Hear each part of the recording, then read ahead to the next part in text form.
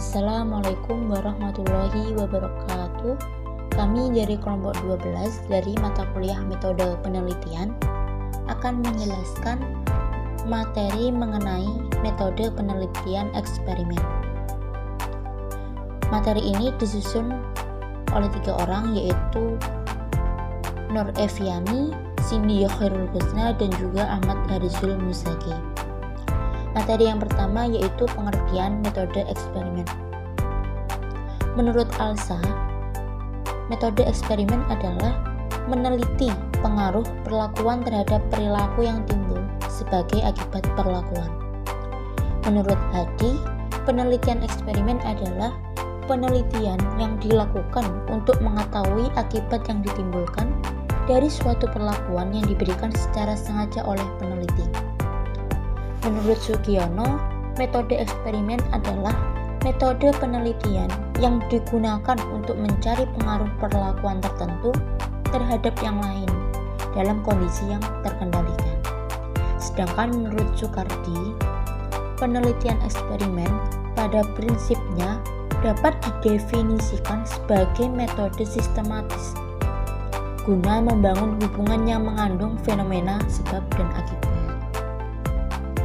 Berdasarkan pengertian yang telah disampaikan oleh para ahli tersebut, dapat kami simpulkan bahwa metode penelitian eksperimen adalah metode penelitian yang dilakukan dengan percobaan, yang merupakan salah satu metode kuantitatif digunakan untuk mengetahui pengaruh variabel independen atau treatment perlakuan terhadap variabel dependen atau hasil dalam kondisi yang terkendalikan.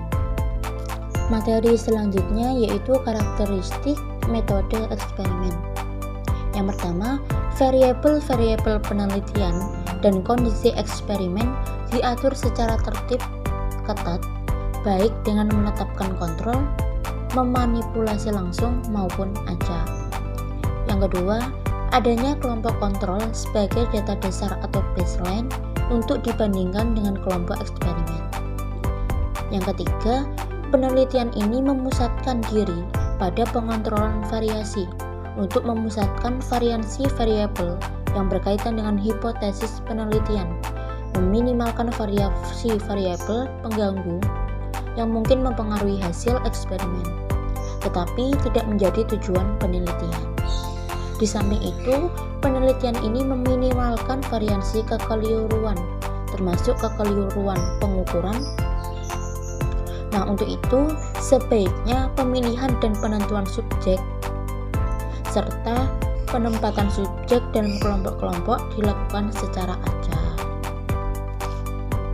Yang keempat, adanya validitas internal atau internal validity untuk diperlukan pada rancangan penelitian eksperimen untuk mengetahui apakah manipulasi eksperimen yang dilakukan pada studi ini memang benar-benar menimbulkan perbedaan.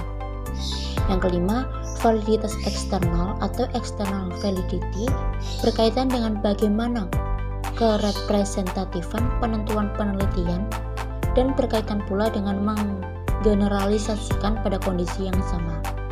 Yang keenam, semua variabel penting diusahakan konstan, kecuali variabel perlakuan yang secara sengaja dimanipulasikan atau dibiarkan bervariasi. Materi selanjutnya yaitu prosedur atau langkah metode eksperimen. Proses penelitian eksperimen secara umum sama dengan penelitian survei. Perbedaan utama terletak pada desain penelitiannya. Langkah-langkahnya dalam studi eksperimen yaitu yang pertama, mengidentifikasi, mendefinisikan, dan membatasi masalah. Maksudnya yaitu masalah yang dapat diverifikasi atau disangkal oleh data eksperimen harus dipilih terlebih dahulu. Yang kedua, meninjau literatur. Setelah memilih masalah, literatur dan eksperimen terkait harus ditinjau dan metode pendekatan atau desain eksperimental yang akan dikejar harus direncanakan atau diuraikan. Yang ketiga, merumuskan hipotesis dan menyimpulkan konsekuensinya. Artinya, yaitu masalahnya harus dikonversi menjadi hipotesis yang dapat diverifikasi atau disangkal dengan metode eksperimental. Yang keempat yaitu menyusun desain eksperimental. Pada bagian ini harus memberikan penekanan utama pada pertanyaan tentang kontrol, pengacakan, tempat percobaan, durasi percobaan, pemilihan atau pembuatan dan validasi instrumen untuk mengukur hasil percobaan dan melakukan percontohan untuk uji coba pada instrumen yang sempurna. Yang kelima yaitu mendefinisikan populasi. Kita perlu mendefinisikan populasi dengan tepat sehingga tidak ada pertanyaan tentang populasi yang menjadi kesimpulan. Kesimpulannya ini mungkin terdiri dari pemilihan subjek untuk mewakili populasi tertentu dan memasangkan subjek untuk mengamankan homogenitas. Yang keenam yaitu administrasi tes atau melaksanakan studi. Penting untuk bersikeras kepatuhan pada rencana dan desain eksperimental. Ini akan melibatkan dan mengendalikan variabel atau faktor-faktor non-eksperimental, menerapkan faktor-faktor eksperimental, dan menjaga langkah-langkah dalam prosedur. Yang ketujuh yaitu mengukur hasil pengumpulan data. Pertimbangan yang cermat harus diberikan pada pemilihan kriteria berdasarkan pada hasil pengukuran. Dan yang kedelapan yaitu menganalisis dan menafsirkan hasil. Hasil yang berkaitan dengan faktor-faktor yang diteliti harus dicatat dengan jelas. Kemudian analisis data menuntut penggunaan ahli prosedur statistik. Hanya kemudian analisis menjadi dasar untuk interpretasi yang valid. Dan yang selanjutnya yaitu membuat kesimpulan. Kesimpulan penelitian harus dibatasi untuk populasi yang benar-benar tertutup.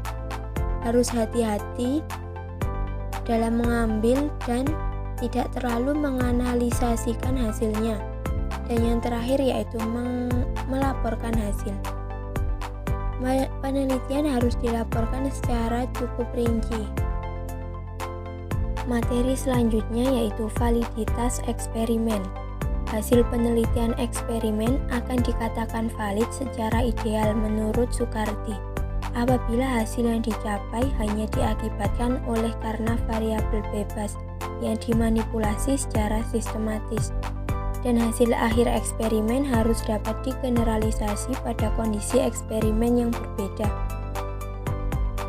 Ada dua syarat agar hasil suatu eksperimen dapat mencapai hasil yang baik dan tidak bervariasi, yaitu validitas internal dan validitas eksternal. Yang pertama yaitu validitas internal. Validitas internal merupakan validitas penelitian yang berhubungan pertanyaan sejauh mana perubahan yang diamati dalam suatu eksperimen benar-benar hanya terjadi karena perlakuan yang diberikan dan bukan pengaruh faktor lain. Ada beberapa gangguan validitas pada validitas internal, yaitu yang pertama ada ciri khas subjek. Ciri khas yang bisa mempengaruhi hasil dari sebuah eksperimen yaitu seperti umur, jenis kelamin, kecakapan inteligensi, status sosial, dan lain-lain. Yang kedua yaitu lokasi. Lokasi yang berbeda juga menjadi salah satu yang harus diperhatikan saat melakukan penelitian. Pada lokasi yang berbeda dilihat dari segi ketersediaan fasilitas belajar, kemampuan mengajar guru, ataupun faktor-faktor lain yang mempengaruhi hasil belajar siswa. Yang ketiga yaitu ada instrumentasi. Beberapa permasalahan yang terkait dengan instrumentasi yaitu menggunakan instrumen yang tidak valid, penggunaan instrumen yang berbeda pada setiap kelompok penelitian. Yang keempat yaitu pengujian. Dalam sebuah penelitian eksperimen ada waktunya peneliti melakukan tes sebanyak 2 kali, yaitu pada tahap awal dan tahap akhir. Yang kelima, sejarah atau histori. Kejadian-kejadian khusus yang terjadi antara pengukuran pertama dan kedua yang mempengaruhi penelitian. Yang ketujuh ada kematangan. Proses perubahan di dalam diri subjek yang terjadi selama berlangsungnya eksperimen, misalnya sakit ataupun kendala-kendala lainnya. Untuk mengatasinya adalah dengan mendesain eksperimen yang tidak terlalu lama. Yang terakhir yaitu sikap subjek. Cara dalam menanggapi dan keterlibatannya dalam menangani suatu permasalahan di dalam penelitian tentu sangat mempengaruhi hasil dari penelitian tersebut. Yang kedua ada validitas eksternal. Validitas eksternal merupakan validitas penelitian yang menyangkut pertanyaan sejauh mana hasil suatu penelitian dapat digeneralisasikan pada populasi. Dengan kata lain, apakah penelitian yang dilakukan itu representatif untuk diterapkan pada kelompok subjek yang berbeda dan situasi yang berbeda, dan dapat menggambarkan kejadian yang sesungguhnya dalam masyarakat.